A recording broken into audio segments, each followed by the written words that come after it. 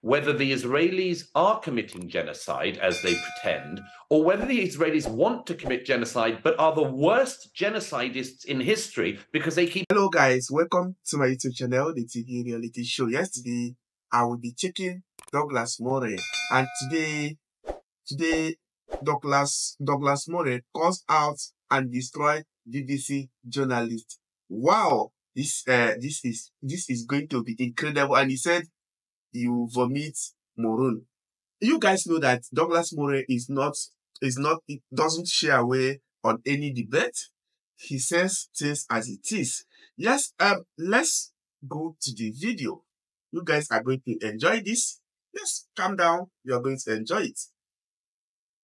These are just political bodies, these people, vomiting out things that they have ingested at some point from the radical leftist media. Douglas Murray is at it again. This time, he confronts a woke BBC journalist and brutally demolishes the BBC. Douglas Murray has never been one to shy away from confrontations, but unlike most of his opponents, he puts facts over feelings and expresses the truth as it is. Douglas Murray did not hold back. Watch. He's allowed to go on the BBC, presenting one of their big shows. That's fine. He's written those things. But BBC staff, BBC employees aren't allowed to go on a march against anti-Semitism. What does that tell you about BBC? I got news for you. I haven't watched it in years. Well, no one has. I mean, it's so predictable and unfunny and irrelevant, really. The BBC always makes institutions of programmes at the very moment they should cancel them, but it's just a problem they have. But yeah, I mean, I'd actually like to go to the substance of what this... I've never heard of this guy. I don't know who he is. He sounds about as funny as a hernia. But we should address the specifics of what he said because they're very revealing about him. There is no genocide going on in Gaza, unlike this putative comedian. I've been in Gaza and seen with my own eyes. There's a lot of bombing and house-to-house fighting in Gaza, but no genocide. And by the way, if he doubts my word on it, he could just look at the statistics of the population of Gaza. Since the Israelis removed every last Jew from Gaza and handed over to the Strip to the Palestinians in 2005, who promptly trashed everything and then voted in Hamas, so there's an interesting question always. Since then, the population of Gaza has boomed.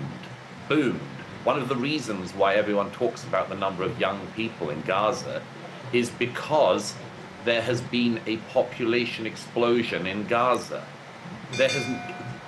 So morons like this have to decide whether the Israelis are committing genocide, as they pretend, or whether the Israelis want to commit genocide but are the worst genocidists in history because they keep increasing the population of the place they're trying to genocide. And again, you can tell everything you know about a person from these sorts of statements. When they claim there's a genocide that has not happened, when they claim that Gaza is a concentration camp, which would make it the only concentration camp in the world with beaches and shopping malls. When they claim that Palestinians are treated as apartheid without even realizing that it's Hamas that is responsible for the mistreatment of Palestinians within Gaza, as the PA is responsible for the mistreatment of Palestinians in the West Bank. Do morons like this even know that a few days ago, not far from here in the West Bank, 2 Palestinian men, including one of Ethiopian origin, were lynched in the streets by peaceful West Bank Palestinians, who all then recorded it on their mobile phones? I am fed up of hearing these people making up, again, Holocaust revisionism in real time and claims about a Holocaust that is not happening and a genocide that is not happening. These are just political bodies, these people, vomiting out things that they have ingested at some point from the radical leftist media. And, I mean, as I say, I won't watch Have I Got News anyway, but watching it with this guy hosting, wow, that'll be a funny. Douglas Murray has just destroyed woke media and exposed the whole BBC enterprise. The key issue here is the disproportionate focus on Israeli actions while often neglecting or minimizing the provocations and attacks from Hamas.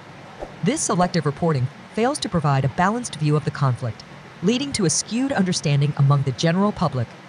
For instance, a A study by the Media Research Center found that major U.S. networks reported on Israeli military actions more frequently and with more negative framing than those of Hamas, creating an implicit bias against Israel.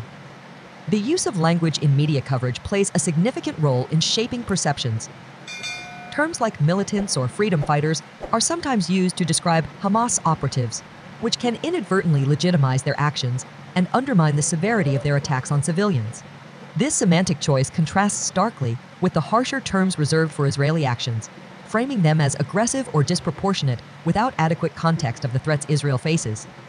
Prominent figures and analysts outside the mainstream media bubble have also weighed in on this issue, reinforcing Murray's arguments. For example, Alan Dershowitz, a renowned lawyer and scholar, has often criticized the media for what he perceives as a double standard in reporting on Israel compared to other nations. He argues that this bias not only misleads the public, but also contributes to the rise of anti-Semitism under the guise of political criticism. I think for me to believe what Douglas Murray is saying here, Israel needs to stop bombing Gaza. They should stop bombing Gaza. They should stop. That's because right now, thousands and millions of people are homeless. They have nowhere to sleep. They have nowhere to stay. So what's genocide more than that? There is a hunger. Like, how can a hunger genocide is the worst?